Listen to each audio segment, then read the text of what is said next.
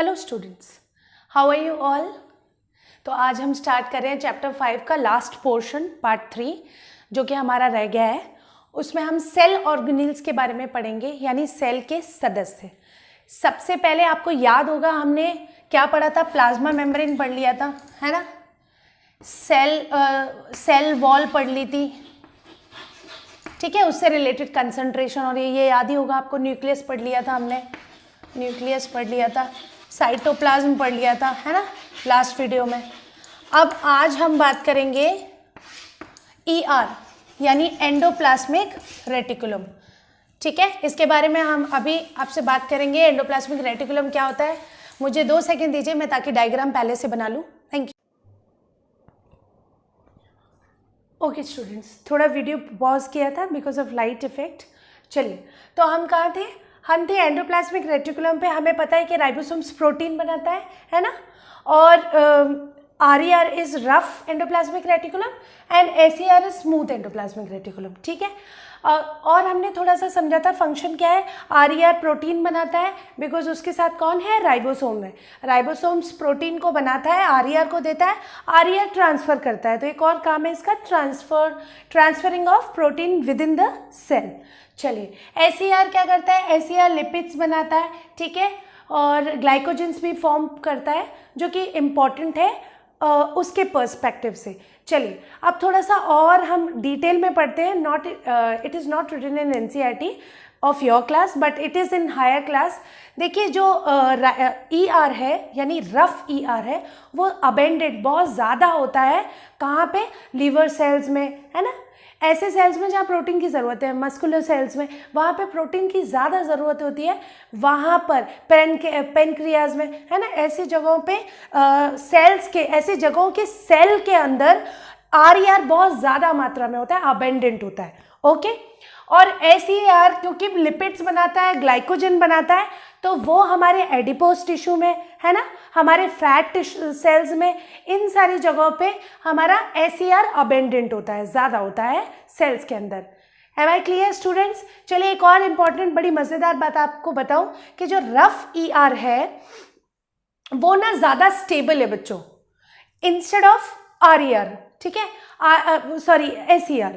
RER बहुत ज़्यादा stable है रफ एंडोप्लाज्म में क्योंकि उसके साथ है राइबोसोम्स। कैसे स्टेबल है, अगर सेल को कोई नुकसान होता है इन फ्यूचर तो सबसे पहले डिफ्यूज होगा SER, स्मूथ ER, बिकॉज उसकी जो मेम्ब्रेन्स हैं वो बहुत ज़्यादा सॉफ्ट है और प्लस प्लाज्मा मेम्ब्रेन के पास है, तो सबसे पहले उसको इफेक्ट पड़ता है। और जो RER है क्योंकि वो रफ है, उसके साथ राइबोसोम्स है, तो वो सेल के डेड होने के बाद भी काफ़ी देर तक वो सरवाइव कर सकता है और फिर उसको लाइसोसोम्स एंड में उसको ख़त्म करेगा और बाद में वो ब्लड हमारी यूरिन में या हमारे वेस्ट के लिए बाहर चला जाएगा, बॉडी से निकाल दिया जाएगा, हमारी बॉडी जो वेस्ट निकालती है उनमें। ओके स्टूडेंट्स, तो आप समझ रहे हैं RER is more stable then SER। Okay students, तो ये कुछ डिफरेंसेस हैं जो कि RER और SER में हमने देखे, ठीक है। थोड़ा सा इनको डिटेल में देख लेंगे। मैं ज़रा डस्टर ले लूँ। एक्चुअली डायग्राम आपको समझ में आया स्टूडेंट्स। चलिए, तो हम थोड़ा सा क्विक डिफरेंस देख लेंगे, जल्दी से इसको ख़त्म करेंगे क्योंकि हमें पूरा चैप्टर आज कंप्लीट करना है। RER SER, पहला डिफरेंस बताइए बच्चों। चलिए, फर्स्ट डिफरेंस, ये रफ होता है बिकॉज क्या है इसके पास, ribosomes. Okay, just give me 1 second students, my mic is off. Okay, this is smooth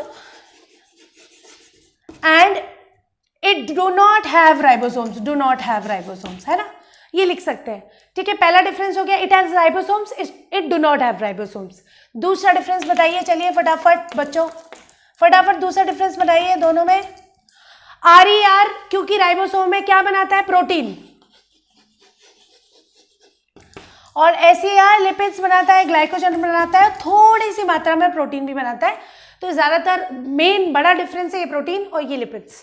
okay students, third क्या करता है, ये कई बार स्टोर भी करता है और क्या करता है, स्टोर भी करता है, ट्रांसफर भी करता है ना। ये सिर्फ स्टोर करता है, ट्रांसफर का इसका कोई काम नहीं है, it mostly stores thing. Fourth difference बताइए, ये ज्यादा स्टेबल है, मैंने आपको बताया था it is more stable during any injury to the cell, okay, and it is less stable, है ना। ये एक डिफरेंस हमने देख ही लिया था। और क्या देख ले सकते हैं, पोजीशन के ऊपर भी हम डिफरेंस लिख सकते हैं बच्चों। क्या है पोजीशन के ऊपर, this is near to cytoplasm, this is near to cytoplasm. थोड़ा बड़ी क्लास का है लेकिन पता होगा आपको तो अच्छी बात है ना। It is near to cytoplasm, mostly near to cytoplasm, और ये near to plasma membrane, this is mostly near to plasma membrane. 5 difference हो गए, बोर्ड छोटा पड़ गया। एक और डिफरेंस हम लिख लेते हैं। देखिए एक डिफरेंस इसमें ये भी है कि RER ऐसा, RER के पास जो ये साइटोप्लाज्म के पास ज़्यादा रहता है, ठीक है, स्टोर करता है, रफ है, ठीक है। और ये किस टाइप का दिखता है, ये थोड़ा सिस्ट्रीन फॉर्मेशन, सिस्ट्रल फॉर्मेशन है इसमें, ठीक है। सिस्ट्रल यानी गट्ठर जैसा, जैसे लकड़ियां बांध कर एक साथ इकट्ठी करके बांध दिए है, गट्ठर, सिस्ट्रल। और इसका स्ट्रक्चर आपने देखा ही है कैसा होता है, ट्यूबुलर होता है, ट्यूब्यूलर। तो हमने इतना डिफरेंस पढ़ लिया है स्टूडेंट्स। अब एक और स्पेशल चीज है SER की, वो हम समझ लेंगे। तो आई थिंक आपको पढ़ लिया, चाहे तो स्क्रीनशॉट ले सकते हैं इसका। ओके चलिए अब देख लेते हैं हम थोड़ा सा अच्छा एक इम्पॉर्टेंट चीज जो कि SER के उसे इम्पोर्टेंस देती है।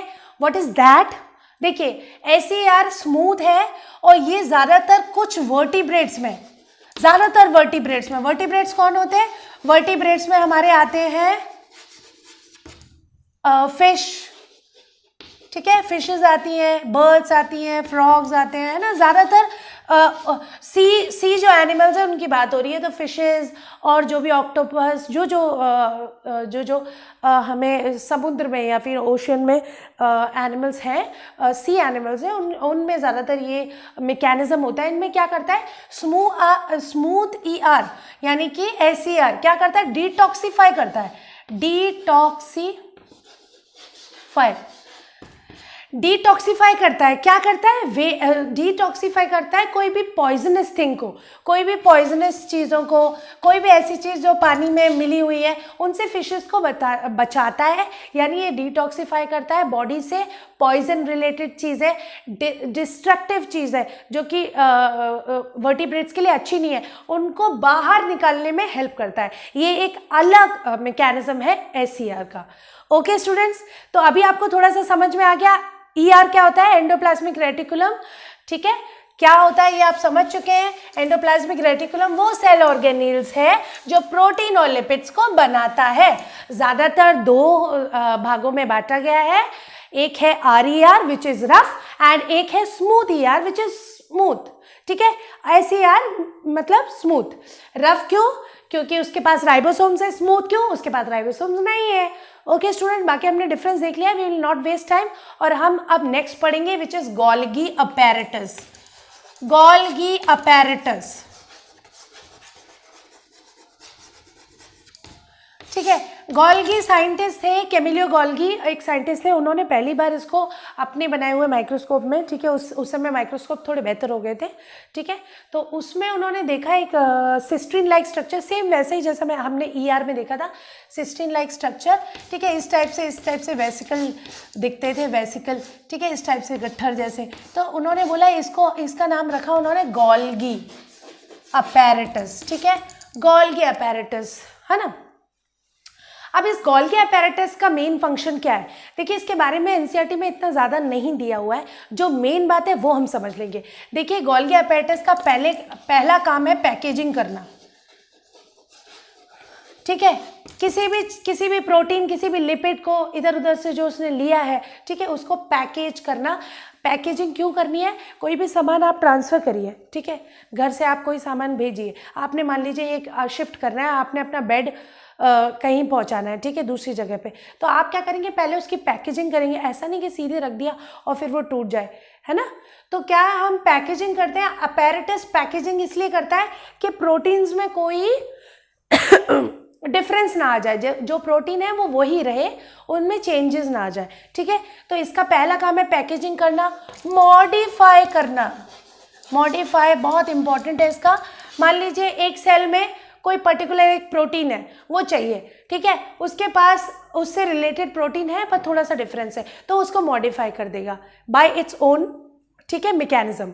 तो वो मॉडिफाई करके उस लायक बनाएगा जो सेल को जरूरत है। ओके स्टूडेंट्स, चलिए, पैकेजिंग, मॉडिफाई एंड ट्रांसफरिंग, ये बहुत मेन है इसका काम, ट्रांसफरिंग, ठीक है, ट्रांसफर करता है, ठीक है। ईआर क्या करेगा, ईआर जो भी अपनी चीजें हैं वो किसको दे देगा, अपने गोल्गी अपैरेटस को दे दे। ईआर ने प्रोटीन बनाई है ना, लिपिड बनाई, वो क्या ट्रांसफर करेगा, गोल्गी अपैरेटस को। गोल्गी अपैरेटस क्या करेगा, उसको पैकेज करके रखेगा, सेफ रखेगा, ठीक है, स्टोर करके रखेगा, मॉडिफाई करेगा, जरूरत के हिसाब से मॉडिफाई करेगा, सेल को देगा, ठीक है, और ट्रांसफर करेगा। जब सेल के एक भाग में से आवाज आएगी कि मुझे इस प्रोटीन या इस लिपिड की जरूरत है, तो उसको पैकेजिंग करके, मॉडिफाई करके ट्रांसफर करेगा, ठीक है। Transferring is also a work of Golgi apparatus. एक और बहुत इंपॉर्टेंट वर्क है गोल्गी अपैरेटस का, वो वर्क है लाइसोसोम्स का बनाना। लाइसोसोम्स आगे पढ़ेंगे हम क्या होते हैं। लाइसोसोम्स को बनाने में भी कौन हेल्प करता है, गोल्गी अपैरेटस हेल्प करता है। लाइसोसोम्स क्या होता है हम नेक्स्ट पढ़ेंगे। ओके स्टूडेंट्स, चलिए, तो अभी आपको समझ में आया गोल्गी अपैरेटस ज़्यादा नहीं है आपके एनसीईआरटी में, हम सिलेबस से बहुत ज़्यादा नहीं भागेंगे, ठीक है, बहुत बड़े वीडियोस हो जाते हैं और आप लोग बोर हो जाते हैं, ठीक है। तो पैकेजिंग करता है, मॉडिफाई करता है, ट्रांसफर करता है, लाइसोसोम्स बनाता है, स्टोर भी करता है, ठीक है। तो Golgi apparatus has many things to do in cell. Okay students, चलिए थोड़ा सा आगे बढ़ते हैं। गोल्गी अपैरेटस के बाद हम बात करते हैं लाइसोसोम्स की। लाइसोसोम्स, ओके, लाइसोसोम्स का क्या काम है, ठीक है। लाइसोसोम्स का क्या काम है बच्चों, लाइसोसोम्स का पहले तो लाइसोसोम्स का एक बहुत फेमस नाम है सुसाइडल बैग। सुसाइडल बैग, ओहो, सुसाइडल बैग, ठीक है। Dustbin of the cell, dustbin of the. बीच में मुझे कई बार अपना वीडियो रोकना पड़ रहा है, पॉज करना पड़ रहा है because of this light effect. आज बहुत परेशान कर रही है लाइट और दिक्कत आ जाती है वीडियोस में, ठीक है, तो आप थोड़ा कोप अप करेंगे स्टूडेंट्स। चलिए, lysosomes is also known as suicidal bag, ठीक है। सुसाइडल बैग मतलब वो सेल ऑर्गेनील है, वो ये सेल का वो सदस्य है जो क्या करता है, जैसे ही सेल मरने पे होती है सारी चीजें खुद खा लेता है, पूरे सेल की हर चीजें, ईआर वगैरह सब खुद खा के और फिर बाद में खुद भी मर जाता है। तो this is suicidal bag. Okay students, ठीक है, also known as dustbin of the cell. Dustbin जो भी चीज फालतू है, सेल मर चुके हैं, देखिए सेल हमेशा मरते हैं, हर सेल की एक लाइफ है। ब्लड सेल 120 डेज, 100 से 120 डेज के बीच में सेल्स मर जाते हैं, तो वो मरने के बाद जाते क्या है, वो सब डस्टबिन ऑफ द सेल यानी लाइसोसोम्स उसे खा जाता है।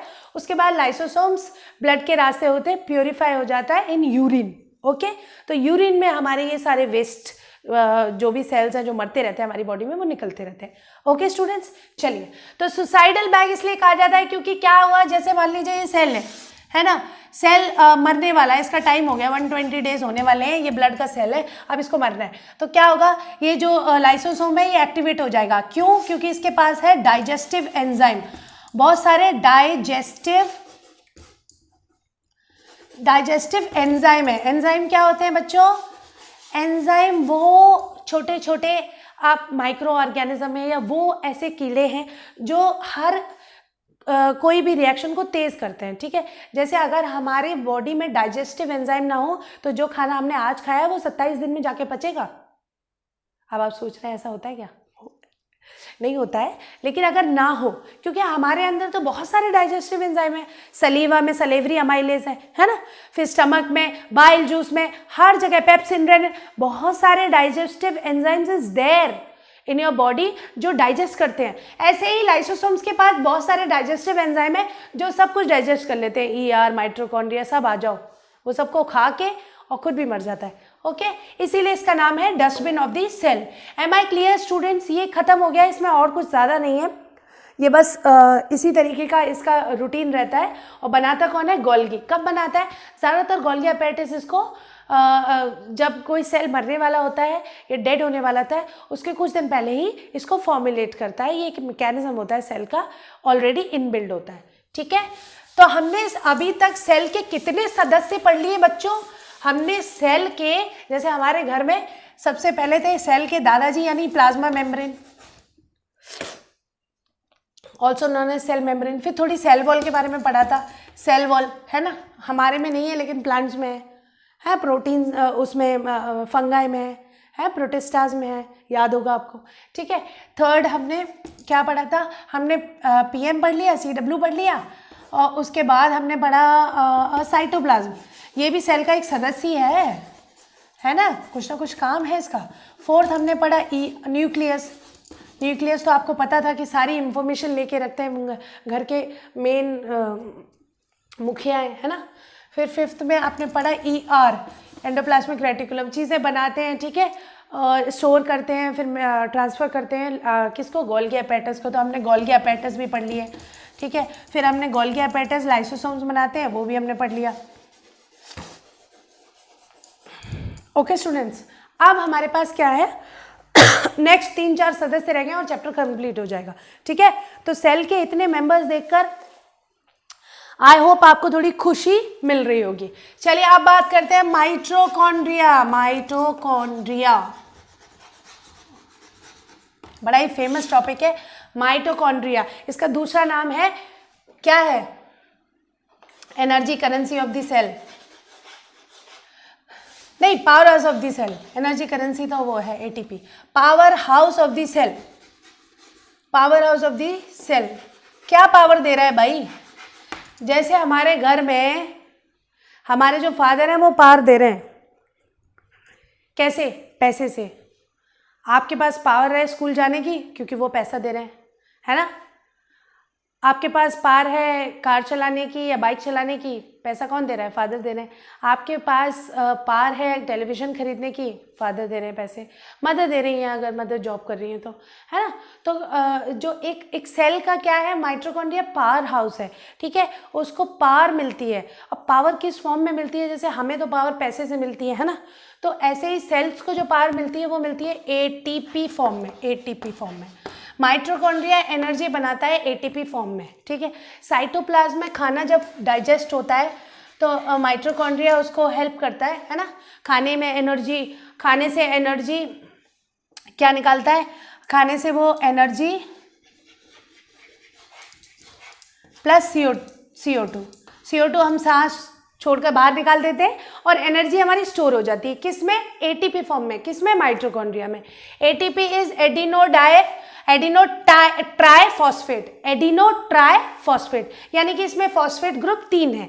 ठीक है, लेकिन ये हमारा घर का ATP जो होता है वो एक तरीके का बड़ा नोट है, जैसे 2000 का नोट हुआ है, बड़ा नोट है।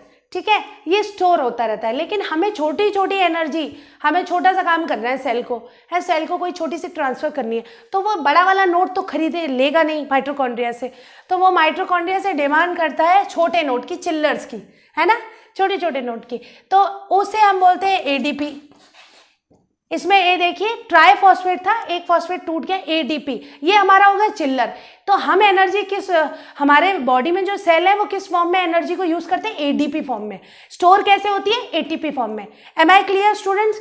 तो जैसे 2000 का नोट है वो तो ATP है, बना के माइटोकॉन्ड्रिया ने रख लिया है, पर हमारे कोई यूज का नहीं है, क्योंकि वो चाय पीने हम जाएंगे कहीं तो हमें तो 5-10 रुपए चाहिए, तो 2000 का नोट लेके अक्षय कुमार की तरह कहाँ घूमेंगे, है ना स्टूडेंट्स। आई होप अपनी मूवी देखी होगी। ओके, तो ATP 2000 का नोट मतलब बड़ी चीज़। ठीक है, बड़ी एनर्जी करेंसी स्टोर रहती है माइटोकॉन्ड्रिया में, और जब भी हमें ज़रूरत होती है तो हम एडीपी का इस्तेमाल करते हैं, मतलब छोटी छोटी यूनिट्स ऑफ एनर्जी का इस्तेमाल करते हैं। Okay students, am I clear? इसका फॉर्मूला है adeno triphosphate, this is adeno diphosphate.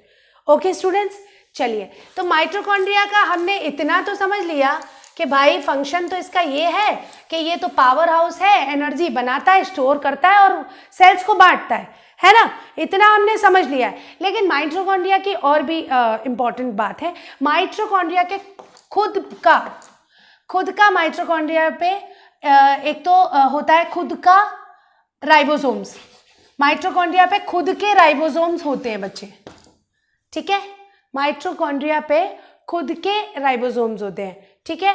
It also has own DNA, ठीक है, उसका खुद का डीएनए स्ट्रक्चर होता है। It does not depend on sale for functioning. Okay students, तो अभी तक हमने समझ लिया है माइटोकॉन्ड्रिया के थोड़ा कि क्या है। देख लीजिए आप पेज नंबर 65, ठीक है, 65 पे इसके बारे में पूरा डिटेल में दिया हुआ है। आप अपनी एनसीईआरटी में 65 पेज नंबर खोलेंगे, आपको माइटोकॉन्ड्रिया और 64 पे जो भी सेल ऑर्गेनेल्स हमने पढ़े अभी तक ईआर के बाद वो मिलेंगे। तो आप एक बार बुक को भी रीडिंग कर लेंगे, और मेरे ख्याल से आपको बुक को, आप मेरा वीडियो देखेंगे आपको कहानी याद हो जाएगी। ओके चलिए, तो माइटोकॉन्ड्रिया पे अपना खुद का राइबोसोम्स और डीएनए होता है, ठीक है, वो बिल्कुल डिपेंड नहीं करता है, फुली डिपेंड नहीं करता है न्यूक्लियस पे फॉर डीएनए और ईआर पे फॉर प्रोटीन, क्योंकि उसको बहुत ज़रूरत है प्रोटीन की in formation of ATP and ADP, तो it can't fully depend on other cell organelles. Okay students, चलिए अब हम बात कर लेते हैं नेक्स्ट सेल ऑर्गेनेल्स, जिसे बोलते हैं प्लास्टिड्स। बिल्कुल प्लास्टिक नहीं है ये, जिसके बर्तन हम यूज़ करते हैं, बाल्टी वाल्टी, वो नहीं है ये प्लास्टिड्स है। ओके स्टूडेंट्स, प्लास्टिड्स क्या होते हैं? देखिए पहली बात तो ये एनिमल्स में बिल्कुल नहीं होते हैं, नो, एनिमल्स में बिल्कुल नहीं होते ये, ठीक है, ये एनिमल्स में नहीं होते, ये होते हैं प्लांट्स में, ठीक है, ये होते हैं प्लांट्स में। Plastids are not present in animals, it mostly found in plants, पहली चीज। दूसरी चीज, ये दो तरीके के होते हैं, आपने 3 सुने होंगे, मैं 2 बताती हूँ आपको। एक होता है क्रोमोप्लास्ट, एक होता है ल्यूकोप्लास्ट, ल्यूकोप्लास्ट। आप ध्यान से सुनिए, क्रोमोप्लास्ट वो है जो फ्लावर्स में, वेजिटेबल्स में, फ्रूट्स में कलर इफेक्ट देता है, कलर, इट गिव्स कलर, तो it contains coloured pigment. Okay students, ज़्यादातर प्रोटीन को स्टोर करके रखते हैं, इसीलिए आपने ध्यान दिया होगा, चाहे एप्पल के ऊपर की कवर हो, चाहे बादाम की कवर हो, सब लोग बोलते हैं अरे इसमें प्रोटीन जा रहा है, इसमें इसे धो मत, मतलब इसको काटो मत, इसके साथ खाओ, है ना, because it mostly stores protein. Okay, colouring होता है, कलर देता है, अलग अलग कलरिंग एजेंट पिगमेंट्स रहते हैं जो कि कलर करते हैं प्लांट्स में डिफरेंट वेजिटेबल और फ्रूट्स को। Am I clear? फ्लावर्स को भी, ठीक है। तो ये एक तरीके का ऐसा मैकेनिज्म है जो प्लांट्स को एक ब्यूटीफुल इफेक्ट देता है। ओके स्टूडेंट्स, दूसरा है ल्यूकोप्लास्ट। देखो ल्यूकोप्लास्ट कलरलेस होता है, पहले तो कोई कलर वाला देने का काम नहीं है इसका, ठीक है, पहले तो कलरलेस है, प्लांट्स में कोई कलर वलर देने का इसका काम नहीं है, बट इट स्टोर स्टार्च। सबसे बड़ी बात है, स्टार्च और फैट मॉलिक्यूल स्टोर करके रखता है, ठीक है, फैट मॉलिक्यूल स्टोर करके रखता है। तो जाहिर सी बात है, मान लीजिए आप एप्पल को ही ले लीजिए, ठीक है, या आप आलू को ले लीजिए, आलू के छिलके में कुछ हो या ना हो, लेकिन आलू का जो व्हाइट पार्ट है, कलरलेस पार्ट है, उसमें फुल ऑफ स्टार्च है वो, ठीक है। तो क्या है, ल्यूकोप्लास्ट ज़्यादातर स्टार्च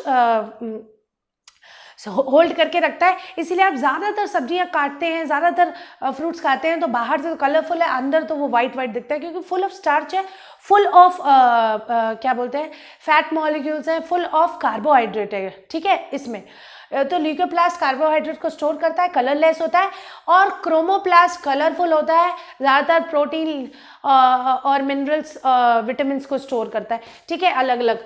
चलिए और बात कर लेते हैं हम थोड़ा सा, एक और टाइप का प्लास्ट आपने सुना है जिसका नाम है क्लोरोप्लास्ट। क्लोरोप्लास्ट, हाँ भाई, ये तो बहुत बार सुना है, बचपन से सुन रहे हैं। क्लोरोप्लास्ट के पास होती है भैया क्लोरोफिल, है ना। क्लोरोफिल क्या करवाती है? फोटोसिंथेसिस करवाती है। ग्रीन कलर ज़्यादातर शो करता है। तो क्या सिर्फ ग्रीन कलर में ही फोटोसिंथेसिस होती है? ऐसा नहीं है। जो प्लांट्स रेड, आपने देखा हो पत्ती वायलेट होती है, किसी की रेड होती है, तो क्या उसमें फोटोसिंथेसिस नहीं होती है? होती है, आप 10th में पढ़ेंगे, ठीक है, होती है। तो फोटोसिंथेसिस में होती है, ठीक है। तो ये भी एक बहुत इंपॉर्टेंट पार्ट है प्लांट सेल का। तो प्लास्टिड ज़्यादातर किस में पाई जाती है? प्लांट सेल में पाई जाती है। दो तरीके की होती है, क्रोमो और ल्यूको। क्रोमो प्रोटीन को स्टोर करके रखती है और ल्यूको स्टार्च को और कार्बोहाइड्रेट को, ठीक है। और क्लोरोप्लास्ट एक अलग सेक्शन है उसमें, जिसमें वो क्लोरोफिल रखता है। क्लोरोफिल ग्रीन कलर का एक पिगमेंट है जो कि फोटोसिंथेसिस में हेल्प करता है। Am I clear students? चलिए, तो हमने एक और सदस्य इसमें जोड़ लिया, माइटोकॉन्ड्रिया। एक लिखना भूल गए हम, तो एक और सदस्य हमारा माइटोकॉन्ड्रिया, बाकी आप समझ जाएंगे। और प्लास्टिड्स।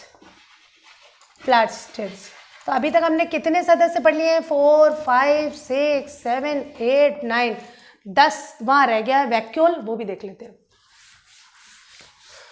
ठीक है। चलिए, last topic of the chapter vacuole. Okay students, चलिए वैक्यूल को देख लेते हैं।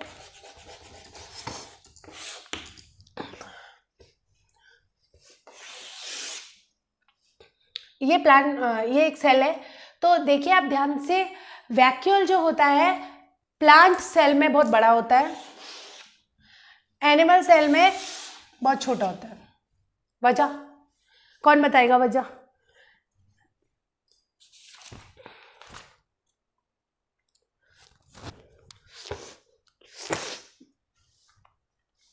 बताइए, वजह इसकी ऐसा क्यों होता है? यहाँ तक कि 50 से 90% एरिया घेरता है ये वाला वैक्यूल प्लांट्स में, बट नो यूज़, कोई ज़्यादा यूज़ नहीं है। थोड़ा बहुत फूड मटेरियल, कार्बोहाइड्रेट स्टोर कर लेता है कुछ ही प्लांट्स के केस में, ठीक है। तो वैक्यूल इज़ अ स्पेस। हाँ, थोड़ा सा इसमें लिक्विड कई बार पाया जाता है जो सेल को टर्जिडिटी और रिजिडिटी देता है प्लांट्स में। खासकर एक फ्लेक्सिबिलिटी मिल जाती है प्लांट्स में, ताकि जल्दी से वो टूटे नहीं, ठीक है। लहराएं हवा में, लहराने के लिए बहुत सारी चीज़ें मैंने आपको बताई थी, ठीक है जो कि सेल्स में पाई जाती हैं प्लांट्स के में, जिसकी वजह से सेल इतनी जल्दी प्लांट्स नहीं टूटते हैं, ओके। तो वैक्यूल में ज़्यादातर सेल सैप होता है, ठीक है, अंदर वैक्यूल सैप होता है जो कि उसको थोड़ा सा टर्जिडिटी वगैरह देता है। बाकी वैक्यूल खाली है, कोई काम नहीं है इसका, एक आध चीज़ स्टोर कर लेता है, ठीक है, कुछ ही प्लांट्स में, ठीक है, हायर प्लांट्स में। बाकी छोटे मोटे प्लांट्स में वैक्यूल का कोई काम नहीं है, जगह घेरी हुई है, फालतू पड़े हुए हैं, ठीक है। जैसे कि कुछ घर में ऐसे भी सदस्य होते हैं जो कोई काम ही नहीं करना चाहते, ठीक है, जगह घेरते हैं बस बेड पे। That was a joke. सब में टैलेंट है, सब कर सकते हैं, हम भी कर सकते हैं, आप भी, ठीक है। चलिए अब देखिए नेक्स्ट, छोटा एनिमल सेल में वैक्यूल बहुत छोटा होता है, ठीक है, कोई खास काम नहीं है।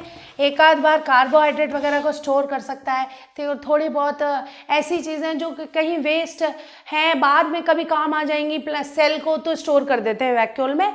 ऐसा कोई बड़ा इंपॉर्टेंट काम नहीं है, ना एनिमल्स में ना प्लांट में। एक बहुत फेमस माइक्रो ऑर्गेनिज्म है, इसमें इसका बड़ा काम है, जो कि हमने पहले शुरू में पढ़ लिया था, अमीबा। सारा डाइजेशन वैक्यूल में ही होता है, पूरा डाइजेशन वैक्यूल में ही होता है। बस अमीबा के लिए ये एक वरदान है, बाकी सबके लिए जगह घेरने वाला फालतू है, ठीक है। तो अमीबा में ये बहुत इंपॉर्टेंट काम करता है, डाइजेशन करता है, ठीक है। एक तरीके का स्टमक है अमीबा के लिए, वहाँ पे ये डाइजेशन करता है वैक्यूल। तो आई होप आपको चैप्टर समझ में आया होगा स्टूडेंट्स। मुझे ऐसा लग रहा है कि मैंने कोशिश बहुत अच्छी की है आपको समझाने की, बहुत सिंपल लैंग्वेज में, बहुत ऐसी लैंग्वेज जो आप रोज़ यूज़ करते हैं घरों में, ठीक है। बाकी हमने सेल के सारे 10वां यहाँ लिखना है हमें, कौन सा है? वैक्यूल।